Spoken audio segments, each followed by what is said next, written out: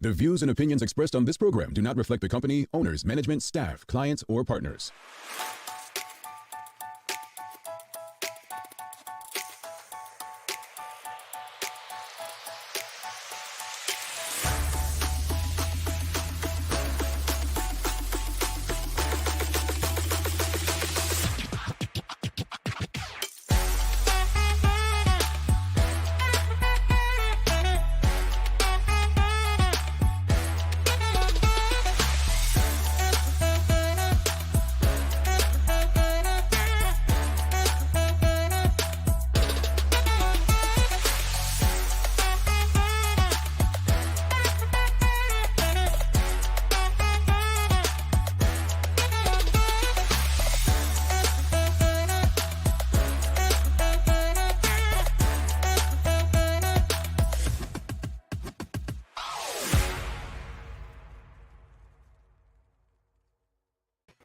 It's Wednesday, the 3rd day of August, 2022. Welcome to the Daily Hour, brought to you by Medical House, One Communications, and Lindos.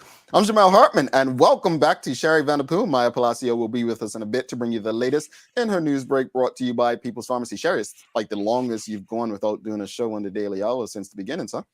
I know, and so much has happened in between there.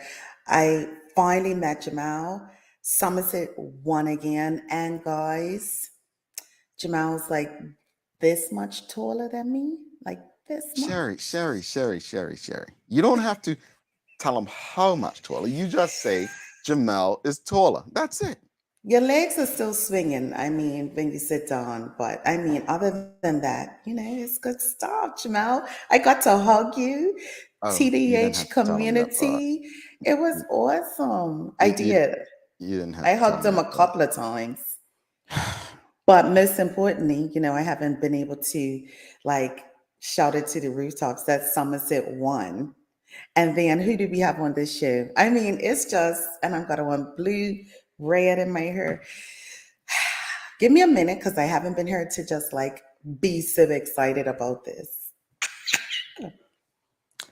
So, congratulations. And Oh, you got your Daily Hour mug? yes, Okay. just for all those who don't have theirs on this show, but I got mine. I mean, yeah, we beat Phil and Larry and Sancha, right? And yeah, it happens like that. Well, welcome back, Sherry. I mean, even though you're bragging about last week's news, right? What happened last week? It's still current. Yeah. Oh, Maya doesn't have hers either. She doesn't have hers. So Maya's got quite a few things to pick up, I guess. You snooze, you lose. Yeah. Keitha, they're coming for you. They're coming for you. Well, honestly, it's I let me say this with all the condiment for you, Sherry. Yeah, I kind of missed you. So it's good to have you back. It's really good to have you back.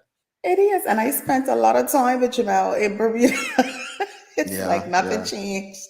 Well, actually, I mean, my daddy, he kind of took over. So Sherry came to see my daddy, not me. And I they were did. chops and probably till like 3 o'clock in the morning, something like that.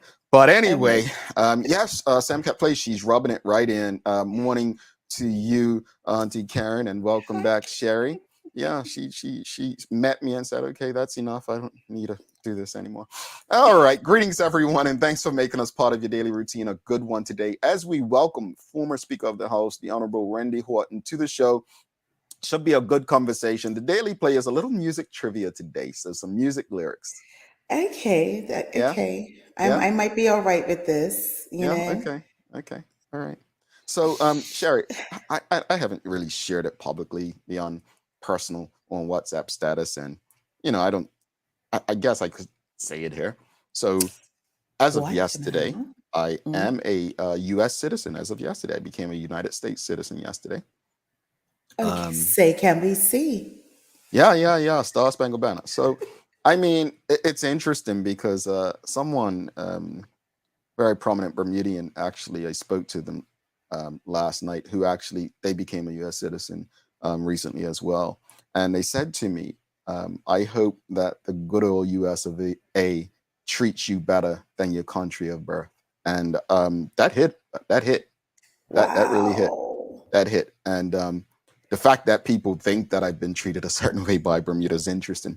Not to Yeah. mention conscription and then the whole Bermuda Tourism Authority debacle. But That said, I am happy to be a citizen of the United States. To actually, since that right to vote was taken from me for whatever reason in Bermuda, having the right to actually vote again, and at this point, I haven't had a Bermuda passport in over a year, so never Mhm. had any intentions of renewing it, because I have a British passport, and so didn't need the Bermuda passport. No longer held weight for me. But I am not going to sit here and tell you I'm not excited to be a U.S. Citizen when it's the country that I've really spent half of my life in. So You good, Jamal, and I'm gonna be yeah, right behind you. I was going to say you should have been long in front of me, but we'll leave that alone. I should have, but I'm all excited for you and congratulations. Now you can get you a federal job. You can vote. Yeah, You can yeah, do yeah, so much. yeah. Got my Social Get a Security as job. well. Yeah, yeah, yeah. Yes. Well, enough about me and my new relationship with the government of the United States. So there That's was a good one.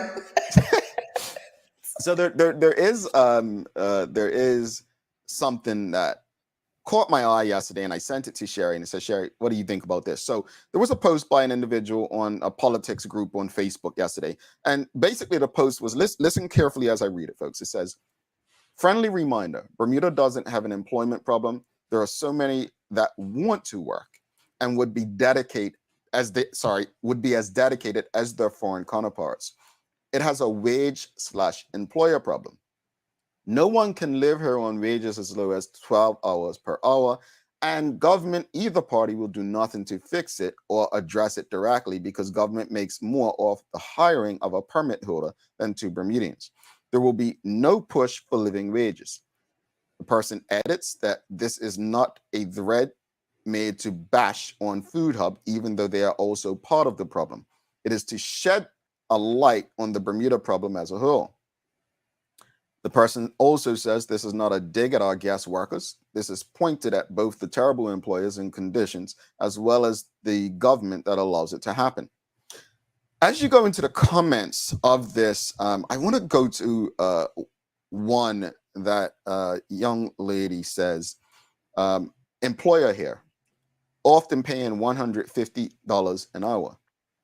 Yet I have at least 8 jobs I can't fill this week alone. If people were willing to work to be autonomous and learn the skills required, I can pay even more. But the reality is it's very hard to find people to work who are reliable, who take direction, and who pursue work/career. I am often disrespected and dealing with entitled people. When I find people who are willing, I give them as much work as I can.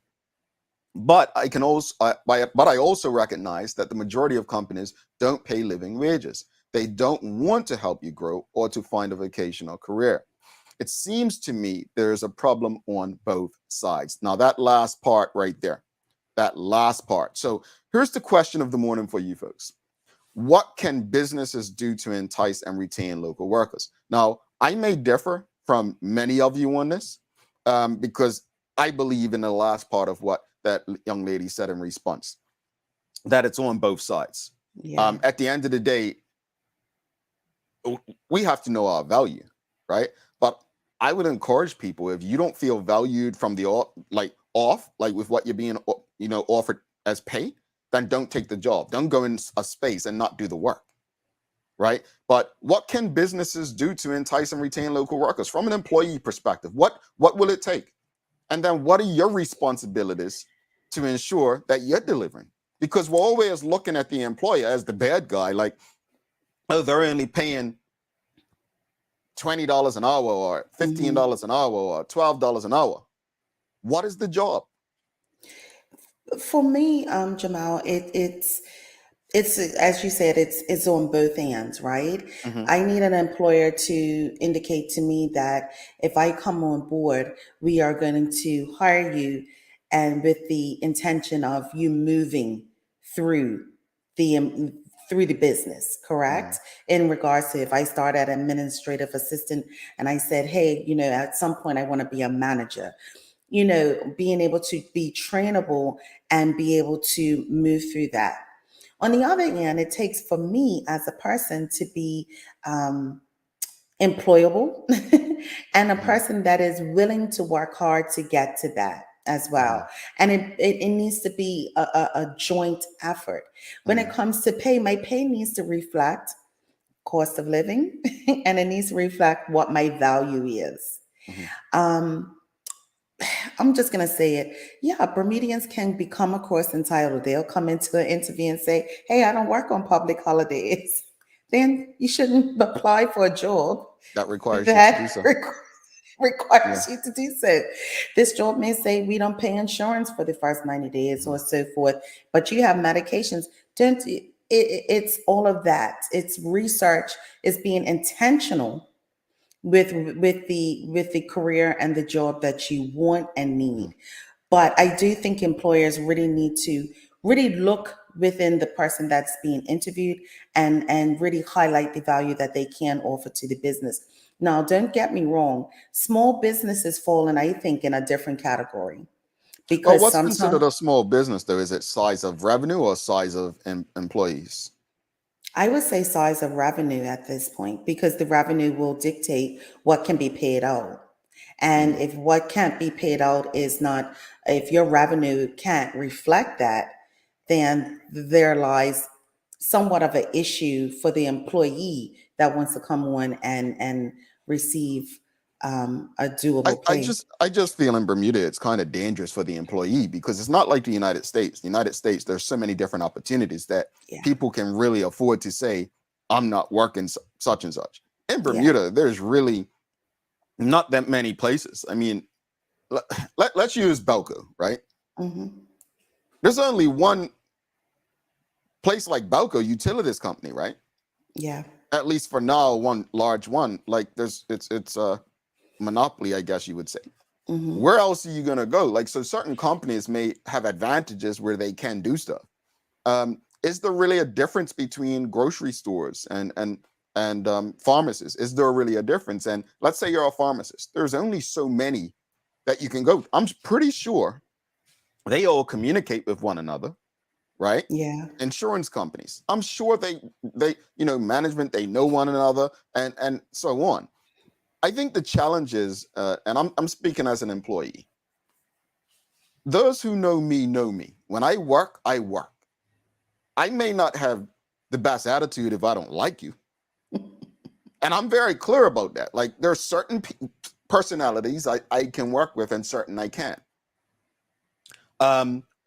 I do, and I say this publicly, there is a difference between how I've been managed, handled, and treated by Black managers and leaders versus white managers and leaders. What men and women. So I know I don't go in with the mindset that they're going to treat me a certain way, but Right. history has shown that these are the circumstances after whatever. But regardless of I report to, you're going to get the best of Jamal Hartman. And if I get in and I'm having difficulties, in my head, I have this desire to succeed in whatever I do. Not just because of the company or who I'm working for, but because I have a will to do well for myself. And if I do well for myself, the company does well, the leader looks good, and so on. So why do I say all that? If the conditions of your job are to a point where you're unhappy, then you have to do something about it. And my attitude is, if I'm okay, I just proved to you I can improve this organization. So now this is what I believe I'm worth. That's how I approach it. Anyone watching this show that is a hiring manager that might want my skill set, that's what you're going to get from me. I'm just saying, like, if I come in, I'm going to go above and beyond in the scope that I am, good at. Whatever I'm good at, I'm going to try to figure it out. And it may be very different from what you're used to. But I say that to inspire people. I don't like people who complain about that. Oh, I hate my job, without saying they're doing something about it. You have that power. You have that power. So to answer the question, what can businesses do to entice and retain local workers? I put that back on the employee. What can you do to ensure that employers are providing the opportunities that meet your desires and your demands? Right. I know people don't like people answering questions with questions, but that's the question, folks. What can businesses do to entice and retain local workers? Go ahead, Sherry. No, and I was just gonna piggyback off of what you said in regard to. I remember we had Jasmine De Silva that came on, and one thing that she stood out was like, "I know what I'm worth. Let me come in here and help make you some money. Because I know my value." And the confidence that she had in that statement, it makes you want to be like, okay, let's see what this young lady has to offer and what she can do. But if you come into those spaces with that confidence, knowing your skill set, and also be able to be trained to do more, it will then take you beyond the employer that That you're, or right the there. company that you're with. Emphasize that, willing to learn more. Like you Yeah.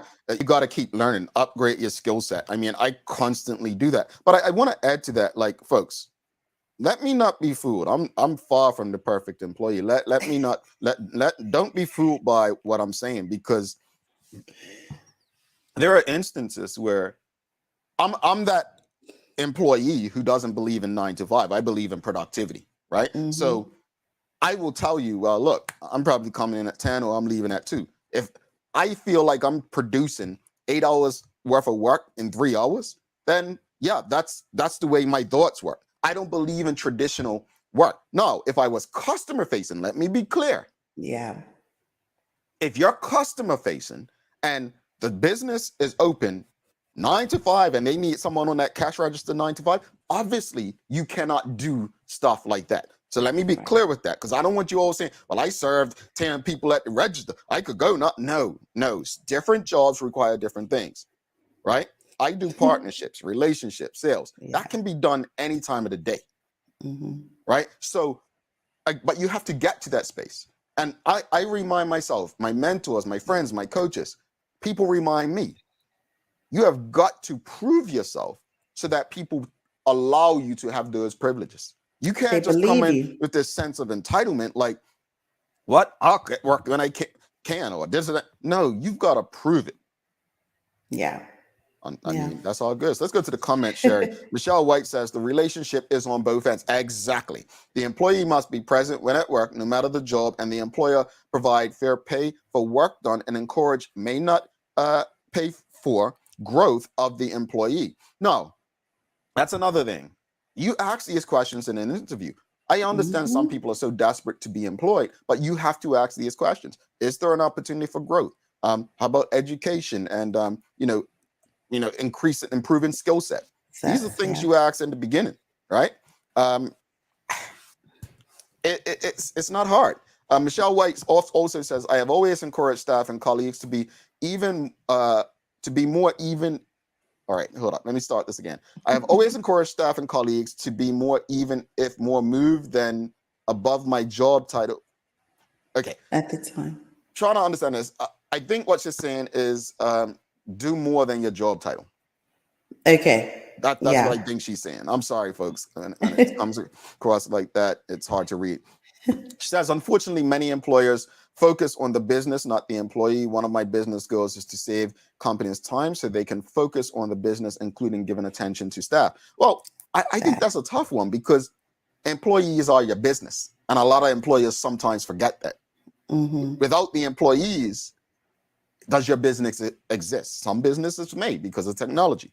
Yeah. But I think some employers need to remember that. Go ahead, Sherry. And I was going to say, one thing that's difficult in Bermuda, and I know that we can attest being in Florida and Atlanta, is that Bermudians, and when we're talking about jobs and stuff, that we are so enmeshed as like family that we forget to separate business and personal. Right. And so once you get in there, you get very personal and forget about the business side of things. And they should let me do this, or I should be able to do this, or how come? And instead of understanding that that's separate, them looking at what is in the best interest for the business. And I've told Jamal this, if I'm not in the best interest of this business, I'm not taking it personal. Unless he, comes for me in a different type of way. Damn, but I forgot we was live. but and that's how I approach certain situations and certain jobs. If I'm not in the best interest of the company, then Oh, I fine. agree.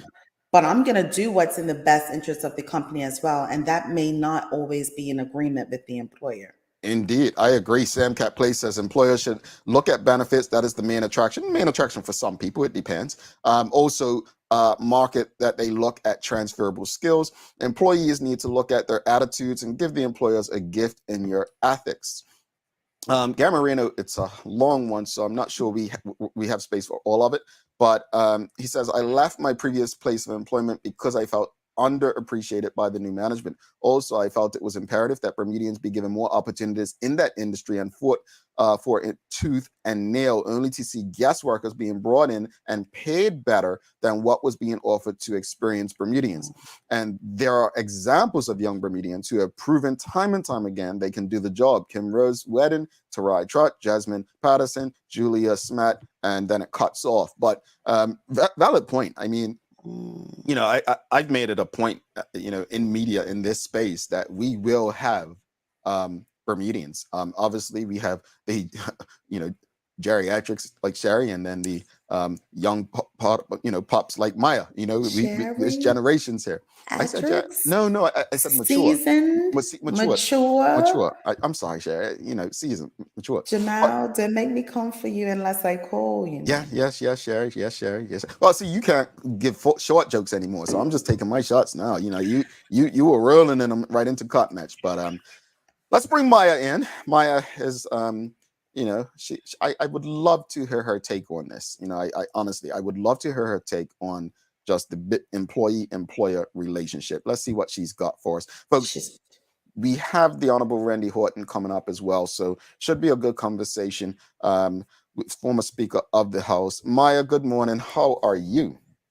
Morning. I'm doing okay. Morning, Maya.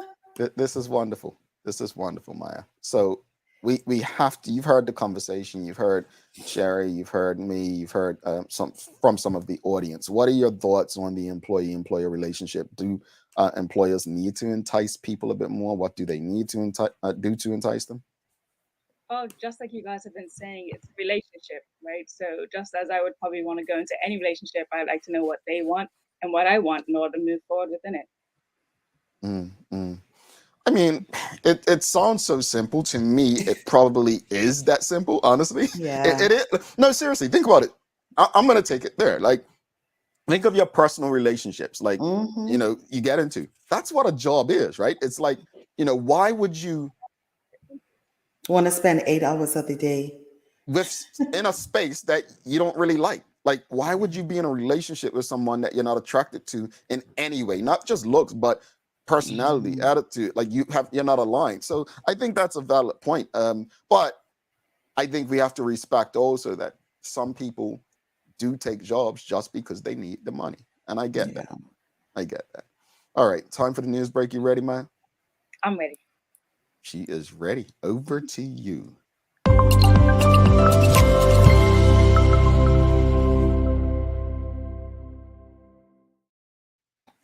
Thank you, Jamal and Sherry. And thank you, everyone tuned in with us today. And as always, thanks for making the Daily Hour a part of your daily routine. I'm Matt Palacio, and this is the Daily Hour News Break brought to you by People's Pharmacy. Are you taking the keys away from your drunk friends? Are you planning ahead before going out for the evening? Does Bermuda have a drinking problem? According to statistics from the Bermuda Police Service, there has been 22 collisions caused due to driving under the influence of alcohol between January and June of 2022. That's within 6 months. As the Cut Match holidays end and we enter into August, the Bermuda Road Safety Council introduces their monthly slogan, "Don't drink and drive, arrive alive." The BRSC reminds you to hire a taxi or minibus or call a friend or family member. They also recommend that all event planners and organizers implement a transportation plan to ensure the guests get home safely. In 2018, the government lifted the ban on breeding pit bulls in Bermuda. Since the relaxation of the rules, Minister Walter Urbane says there is an increase of animal cruelty and abandonment. In a press release yesterday, the minister says on July 20th, animal warden and police attended the bloody scene of a Warwick residence where 2 straying pit bull dogs gained entry into a home and attacked the resident dog. In defense of himself and his dog, the homeowner reportedly stabbed one of the attacking dogs.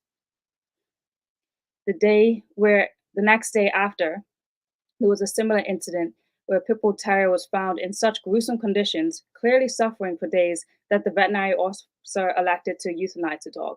The minister continues by stating dog wardens continue to collect animals that go unclaimed and end up euthanized. There has been 15 cases since May 1st. Minister Urbain says that for all those who fought for the ban and rules to be relaxed, he now calls on those individuals to support the safe and responsible keeping of all animals.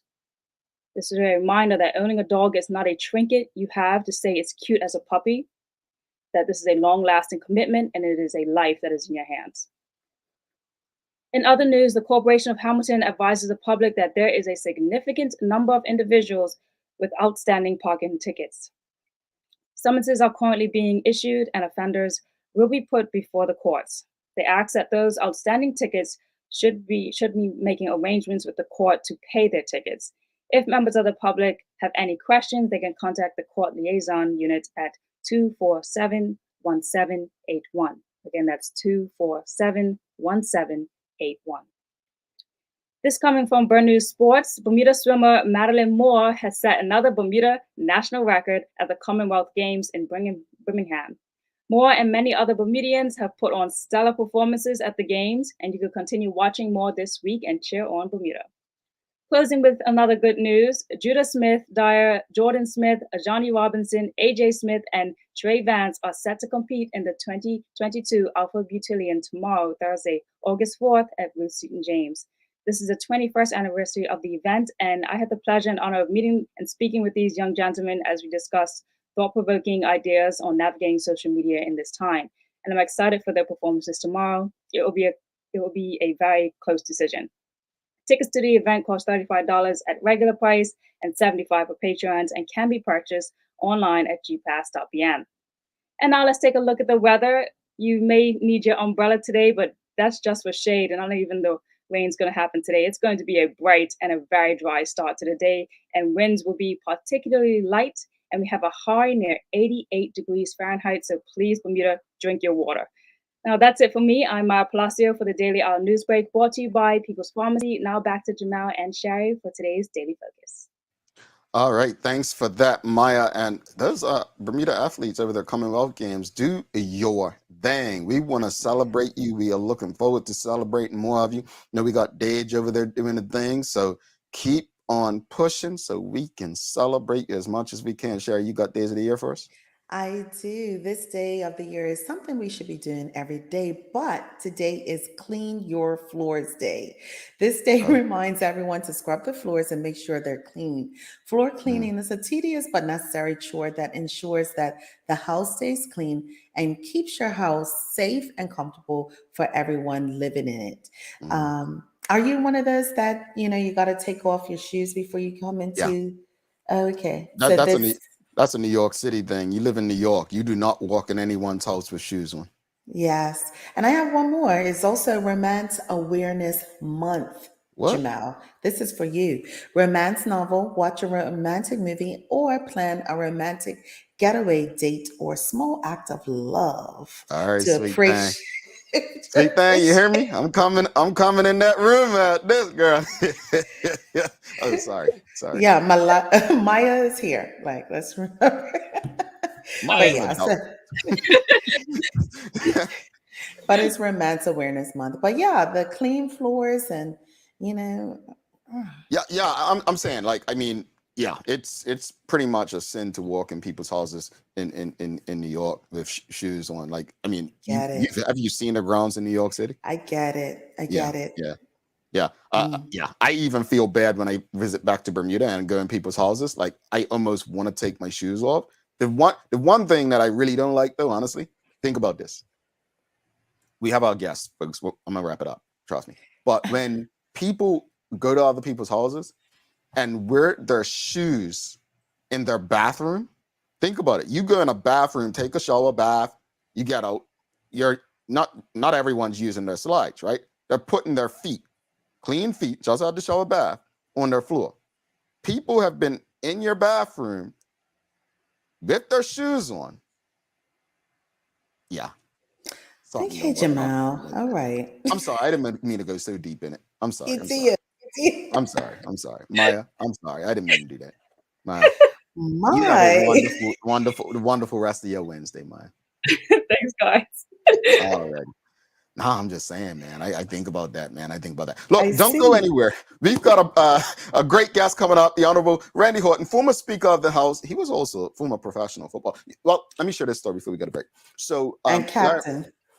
Larry Marshall Jr. Of that team, yeah. Larry Marshall Jr. and I think I shared the story on the show before. We were actually at a New England Revolution game watching Connor some years ago, about 2006 or 5. And there were some gentlemen next to us, like Italian guys. They were sitting next to us, and they heard us talking. So they asked where we're from, and we said Bermuda. They said, "Oh, we used to play with a guy from Bermuda, Horton. He's like a politician there now." And we were like, "Yeah." They were like, "Yeah, he played for the Cosmos." I only share that because you really don't realize how important certain Bermudians are to outside of Bermuda until you have other people, right, that recognize them. And I've always said that we don't celebrate, like, think about it. We don't celebrate Bermudians the way we should. If Mr. Horton weren't a politician, how many people would even make that connection? You know what I'm saying? So, Absolutely. yeah, enough of me. We'll have Mr. Horton's coming up and conversation about just his journey. Stick with us.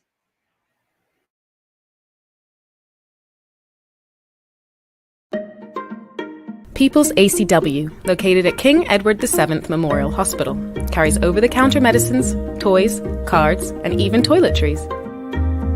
Our knowledgeable staff are there whether you're at emergency, visiting family, or a member of BHB staff, to show you our best even when you're feeling your worst. People's ACW, we're here for you.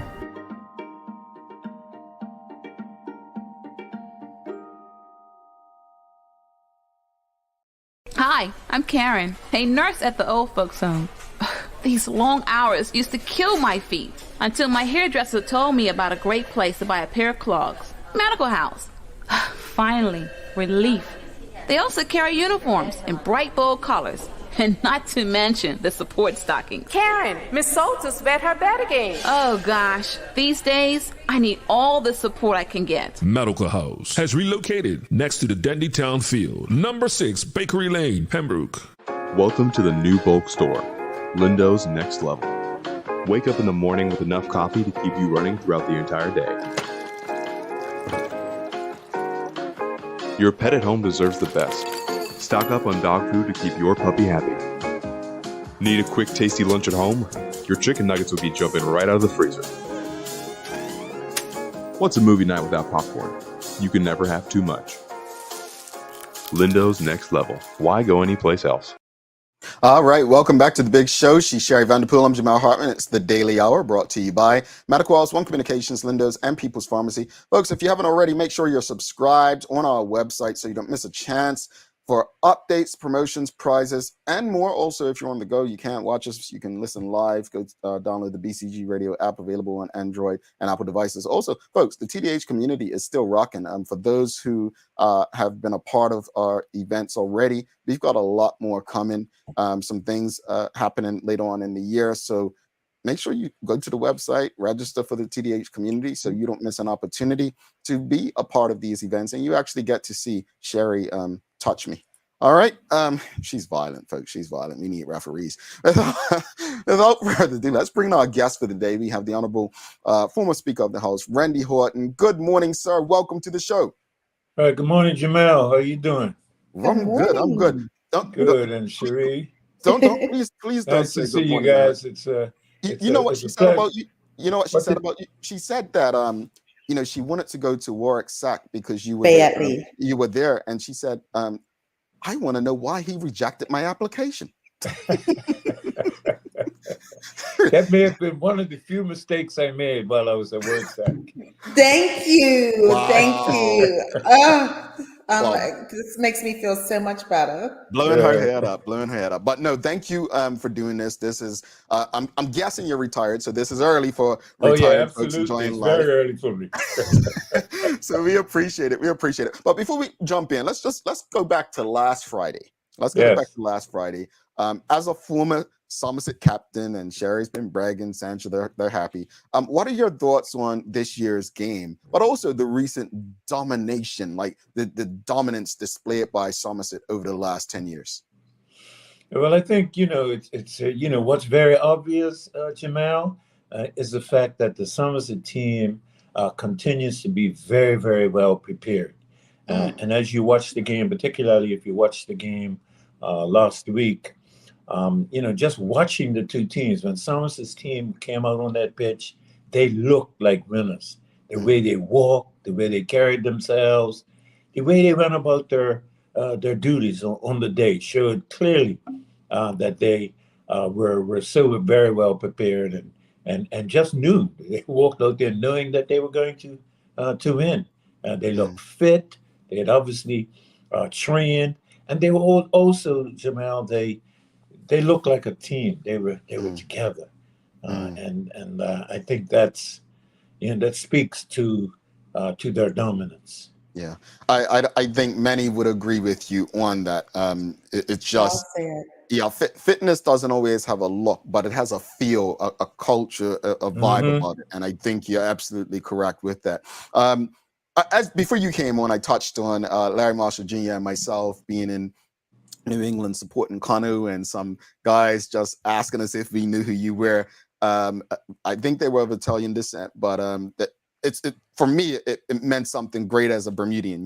It felt good that people spoke of a former player. But you've played professional football, right? Yes. When you look back at your career in sports, what are some of the most cherished moments, some of your most cherished moments, and what lessons did you take from your career as a professional athlete and use throughout the rest of your journey?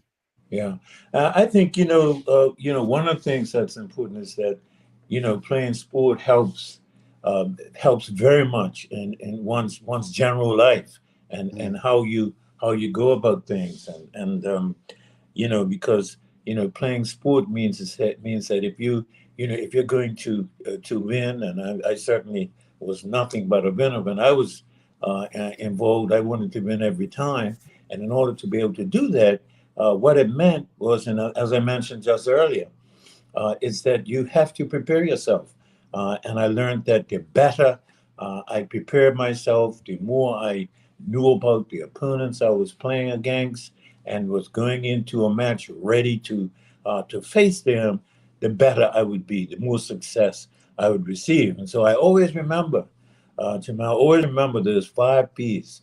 Prior preparation prevents poor performance. And I never wanted to have a poor performance. I like that. I like that too. Mr. Horton, I appreciate you acknowledging that not signing my application was a huge mistake on your behalf, and I understand that. As I said, I wanted to go to work secondary, T and Tatum. Yes. No, not Non-existent, no, right? Yeah, non-existent, right? No.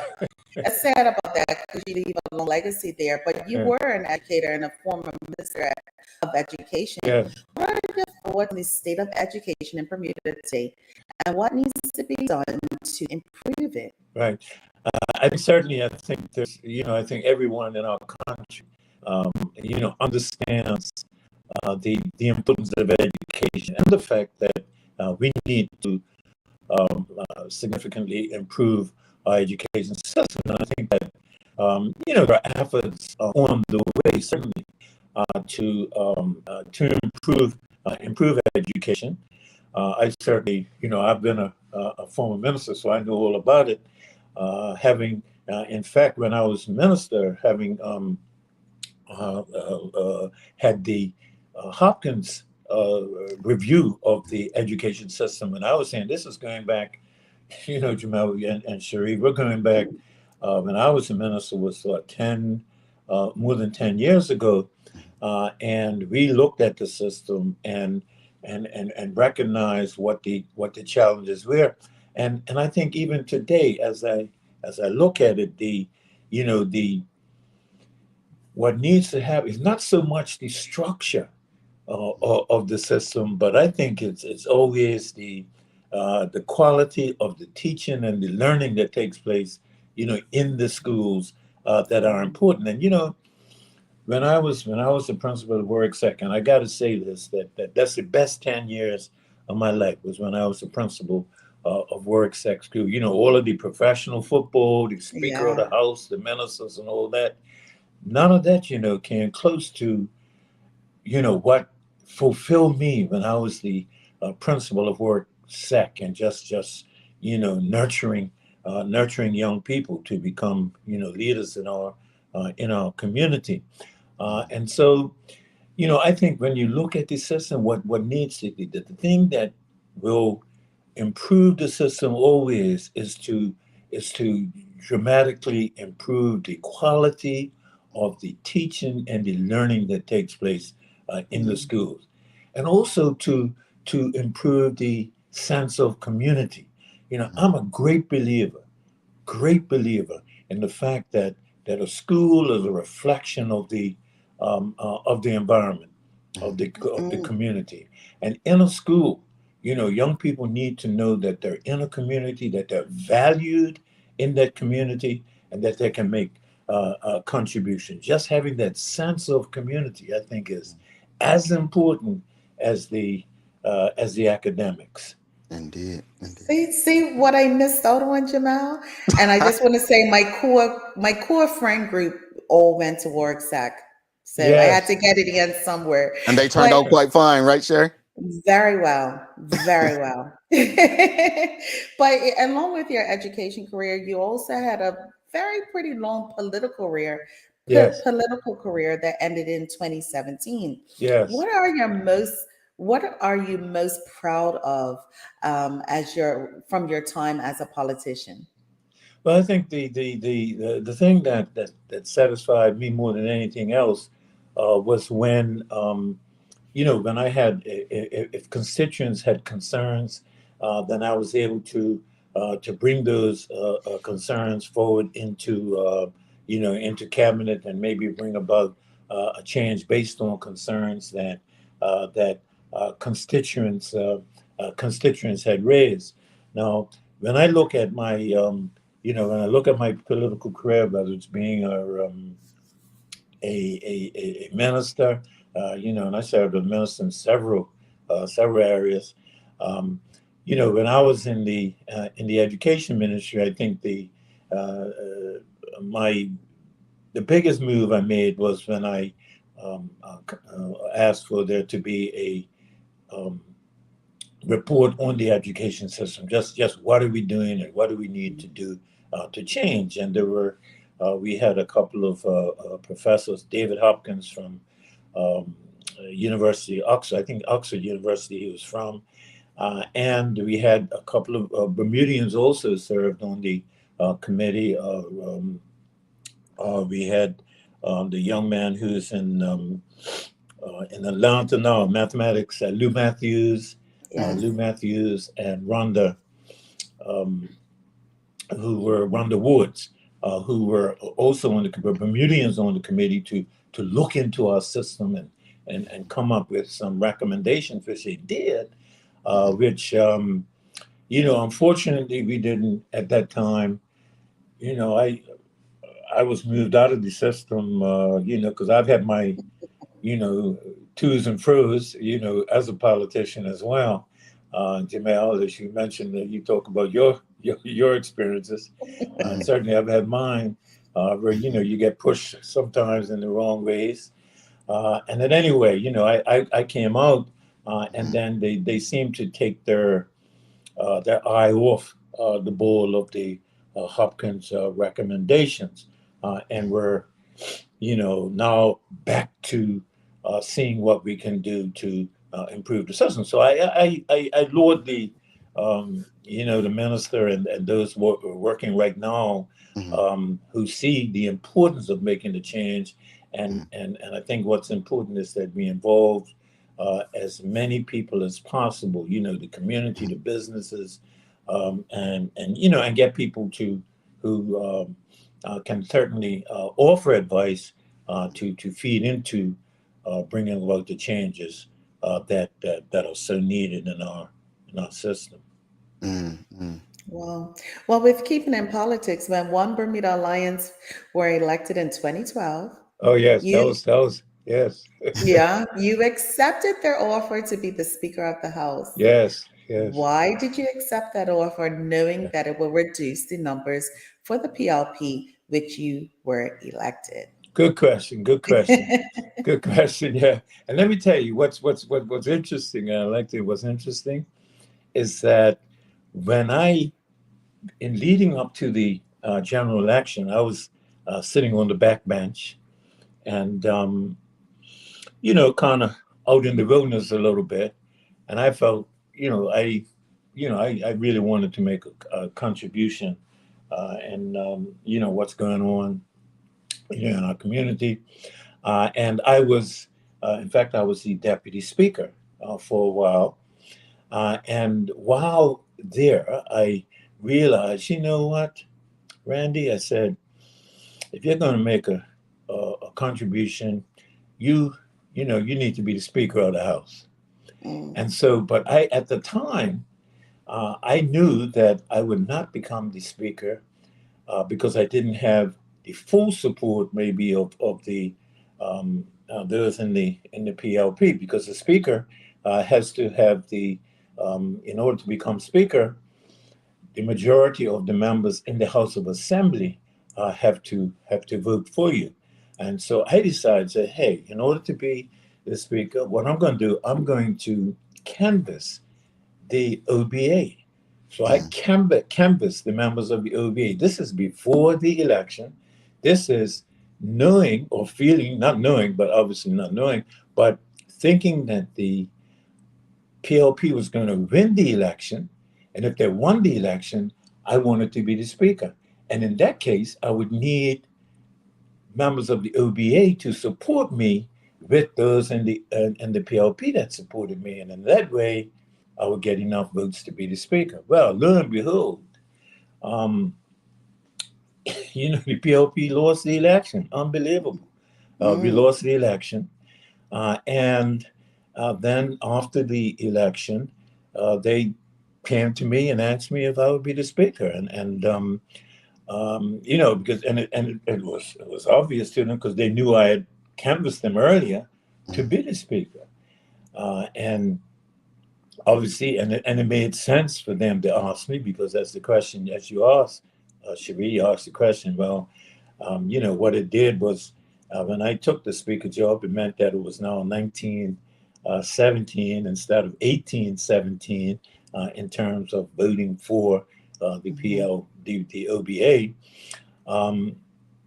I gave it great thought, and I didn't accept it right away, but I gave it some thought because I knew that there would be concern. I knew that there would be people who would be upset. But at the end of the day, I felt that it really, the OBA still, whether I sat on the back bench and did nothing, or I could take the seat of Speaker and have some input and ensure that we had, balanced decisions made in the House of Assembly. And I felt that, taking the job too, that as a former PLP, obviously you have to give up your allegiance once you become the Speaker. You're looked as a neutral. And I said I would be fair. The PLP would never have a fairer person sitting in the seat than if I was there. And so after much thought, after sitting down with my family, and I sat around with my family, I'll never forget it, because my son-in-law to me said, "Pops, what's there to think about?" And so at the end of it, I decided that, that's what I can serve Bermuda well in that position. And I was not leaving, going against the PLP in any way. I'm still a member of the PLP. I'm a life member of the PLP. But I felt at the time that I could serve Bermuda in the best possible way. And as you say that, being a life member of the PLP, obviously, I stated publicly last week, the day before COP match, that this is possibly one of the worst elected governments in our history. Mhm. In current day Bermuda, what do you believe are the most pressing issues the government is facing? And how Yeah. would you advise this government to address these challenges? Okay. The biggest challenges, one of them, as we look at it, it's with our young people, Jamal, and the great concern that we have in regards to the violence that takes place in our community, and particularly amongst our our young black males. And that is something that has to be addressed. And I'm happy to see, I must say, I'm happy to see that Minister Weeks, I attended a forum a couple of weeks ago, and happy to see the road that is taking in terms of reaching out to all those in the community to who have the means and the ability to be able to assist with bringing some solutions. There are many organizations in Bermuda who, if they're pulled together well enough, can provide some of the solutions. It's no one entity can do it, and also they must be all the different agencies that are working in Bermuda towards assisting young people in developing quality lives. They need to be, they need to come together. They need to be brought together so that we can have one strategy, one strategy. And I will never forget. In fact, I served as the chairman again back several years ago when I was on the backbench again. I went to the PLP at the time and said in Parliament and said we needed to set up a joint parliamentary select committee to look at violence in the community, and we had something like 45 different groups make presentations to us, and then we presented a report from the parliamentary section. We made several recommendations. Again, lots of the recommendations. The report still sits there now, and I'm hoping. In fact, I'm hoping to be able to have a chat with Minister Weeks. I've spoken with him, and to just have some discussion on what are some of the things that we can maybe do to improve the situation, because we want to get it right for our young males. They don't want to be the way they are, guys. They don't want to be that way. It's a result of the experiences that they've had that has driven them down the road that they're on. Yeah, indeed. So we had recently asked former Minister, the Honourable Renee Webb, the same question when she was on. Yes. In June, we had the Premier of Bermuda, David Burt. He stopped by, and I asked him what he believes the founders of the Bermuda Progressive Labour Party would think of the job he's doing. And based on his answer, he believes he's fulfilling their promise. What do you say to that? I like David, tell you the truth. It's just, I will tell you some, and we had some very,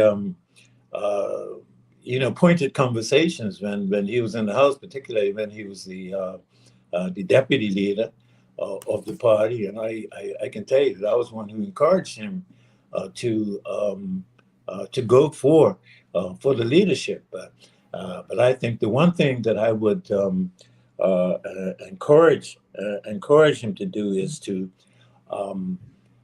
just even give the impression that you're listening more to what what is being asked of you in the community. And I think that one way in which the Progressive Labour Party can I think step up a bit is I think place some value on people who have come before you. What seems to happen is that, you know, once you're going, Jamal, you're going, and you know, you're left out in the wilderness. And I think that there's a lot of value in not me, but in certainly, you know, there are many people who had served the party who still could lend some advice into how we move forward. Yeah. No, I think you echoed what so many have said in just terms of just listening to what the people want. Yes. I think, you know, sometimes we are so focused on what we want to do. When you're elected, you need to you know, do more listening than Right. just doing. Before you go, just a question from the audience. Michelle White, she's asking, Mr. Horton, you mentioned about the quality of teaching. Do you know what the percentage of Bermudian versus non-Bermudian teachers are in the system? Have we sacrificed quality of educators to ensure jobs for Bermudian teachers? Interesting. That's a very good question. Certainly, I can't give any specifics in terms of how many Bermudian teachers are in the system or not. But I can certainly say that one of the things that concern me, and you know, again, I reflect back on Word Sec. I mean, that was an absolutely, I mean, I was the principal. That was an amazing school. And not because of me, you know, it was because of those amazing teachers that I had on the staff.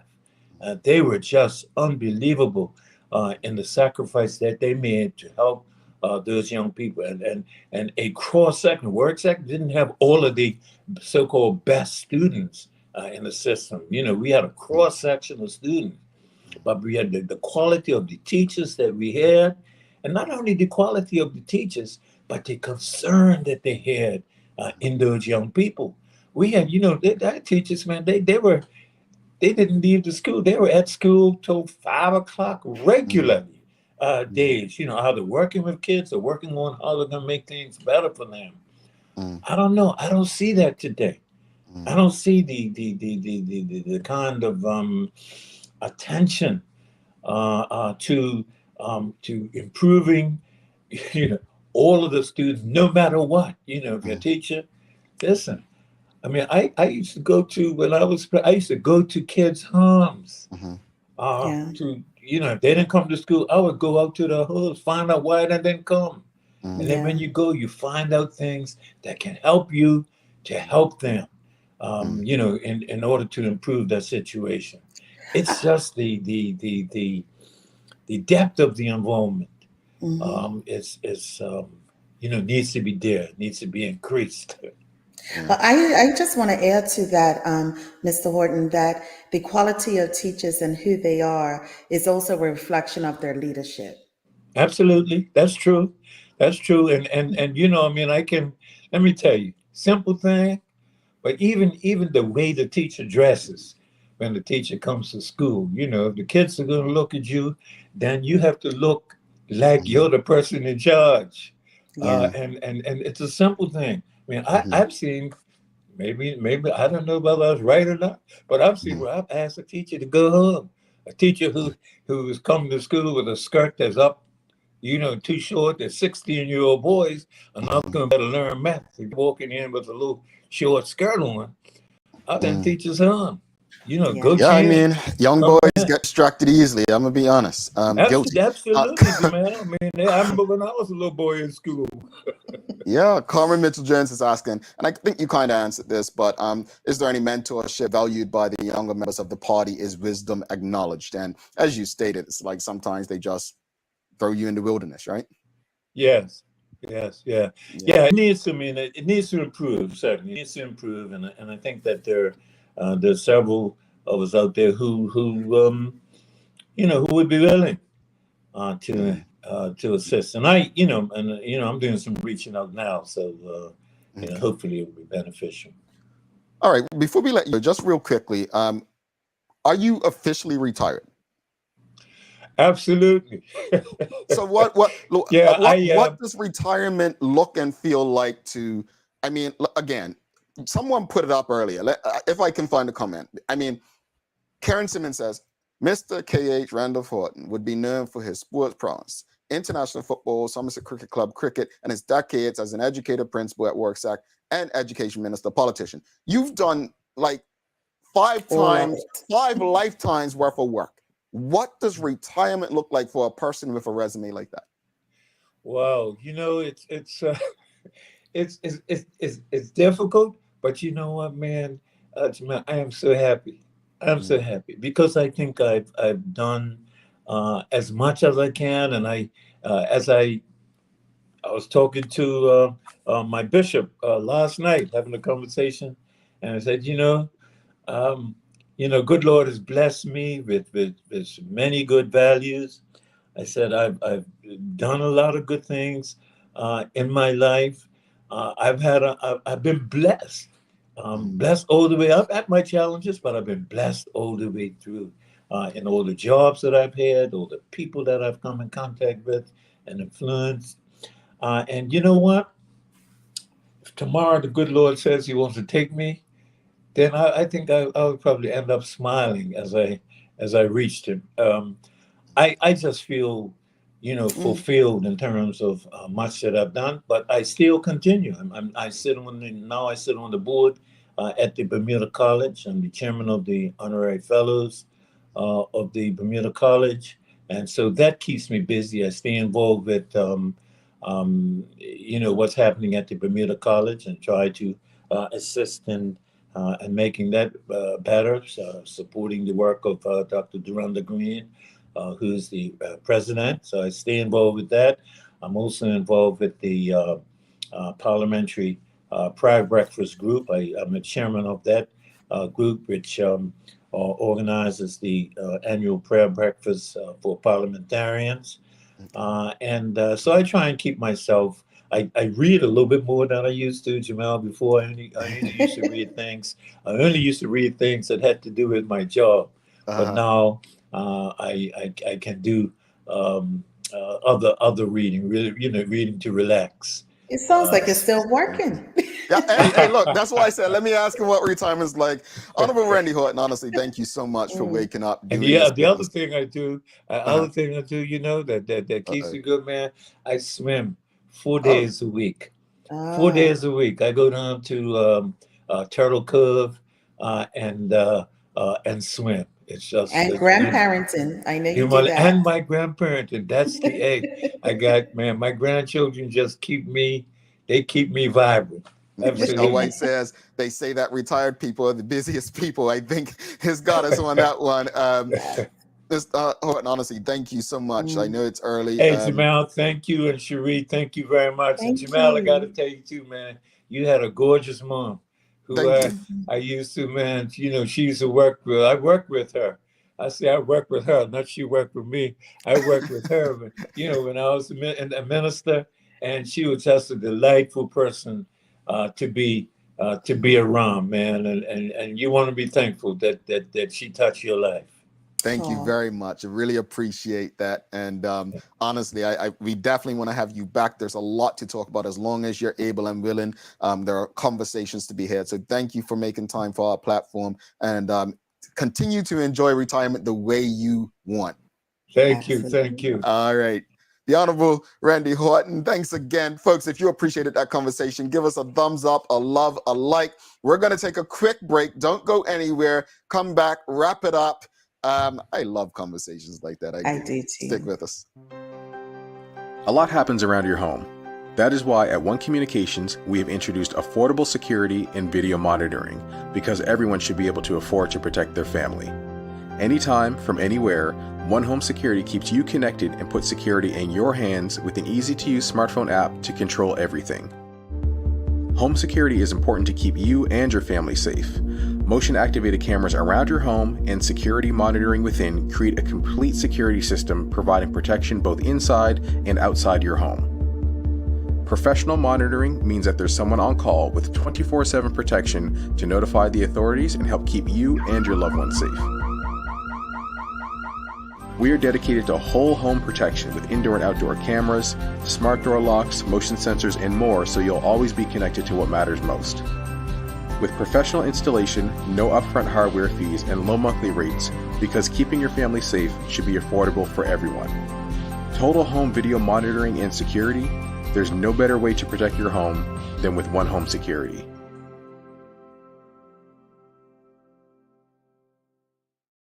All right, welcome back. Thanks again to the Honourable Former Speaker of the House, Randy Horton, for taking the time to engage with us this morning. Thanks again to One Communications, People's Pharmacy, Medical House, Lindos, Sherry Vanderpool. I'm Jamal Hartman. It's time for the Daily Plate, brought to you by Heineken 0.0, great taste, no alcohol, and Bermuda Trivia. Now available for purchase at Somerset Pharmacy, People's Pharmacy, Flying Colors, Caesar's Pharmacy, Robertson's Drug Store, and Brown & Company. So, no excuse. Wow. Follow Bermuda Trivia on Facebook, Instagram, Twitter, and TikTok to find out why it's Bermuda's favorite trivia game.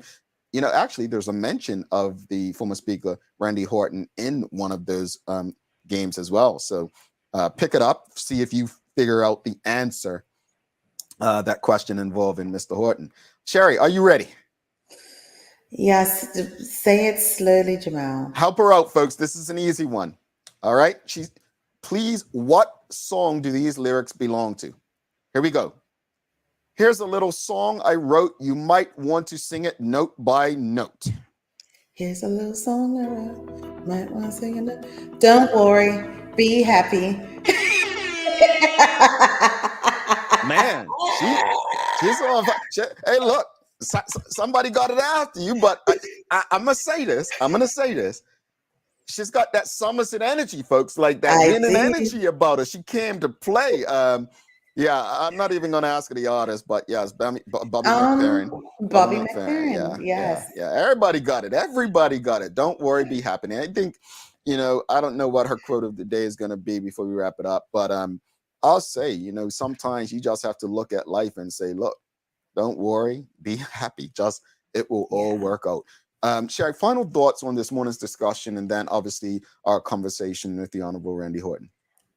I think, you know, I believe in being transparent. I believe in when you talk about Entice and want to retain workers, I believe that employees need to do as much research as they need to on the company that they want to engage with. And I love the correlation between how much of a relationship do you want to be within this company, and is it going to be a relationship worthwhile? As far as the Honorable Randy Horton, I mean, jams. I mean, to talk about the 5 P's of preparation, to talk about his political career, his soccer, cricket career, and just the knowledge of education. There's so much, Jamal. I encourage people to go watch it again to catch everything that he said. He was warm. He was inviting. We must get this man his flowers now, because he has done a lot for our community. And I just appreciate the conversation.